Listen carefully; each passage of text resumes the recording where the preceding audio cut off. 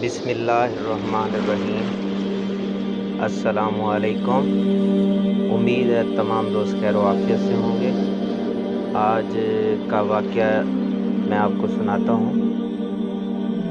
ایک روز حضرت صلی اللہ علیہ وآلہ وسلم بیت اللہ میں نماز پڑھ رہے تھے کہ عقبہ بن ابی معیط آیا اور آتے ہی اپنی چادر اتار کر رسول اللہ صلی اللہ علیہ وآلہ وسلم کے گلے میں ڈال دی اور پیچ در پیچ دینے شروع کر دیے۔ آپ صلی اللہ علیہ وآلہ وسلم کا دم گھٹنے لگا۔ اتنے میں ابو بکر صدیق رضی اللہ تعالی عنہ کو پتہ چلا۔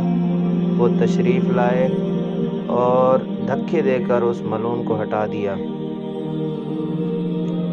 کفار نے آپ کو طرح طرح کی تکلیفیں دیں، کبھی جسم عطر پر نجاستیں ڈالیں، کبھی گلے میں پھندا ڈال کر کھینچا، گھر کے دروازے کے سامنے کانٹے بچھائے تاکہ صبح سویرے جب آپ یا آپ کے بچے باہر نکلیں تو کوئی کانٹا پاؤں میں چبھ جائے، گالیاں دیں، قتل کے منصوبے بنائے، جسم عطر کو لہولہان کیا، قید میں رکھا۔ آپ صلی اللہ علیہ وآلہ وسلم کے صحن میں پکے ہوئے کھانے پر غلاظتیں پھینکیں۔ آپ صلی اللہ علیہ وآلہ وسلم کی شان میں اس قدر گستاخیاں کیں کہ اللہ کی پناہ۔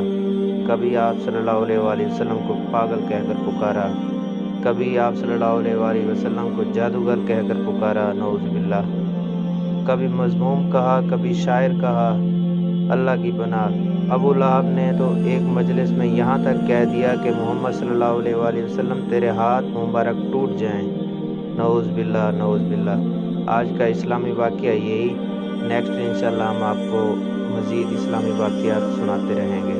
جزاک اللہ۔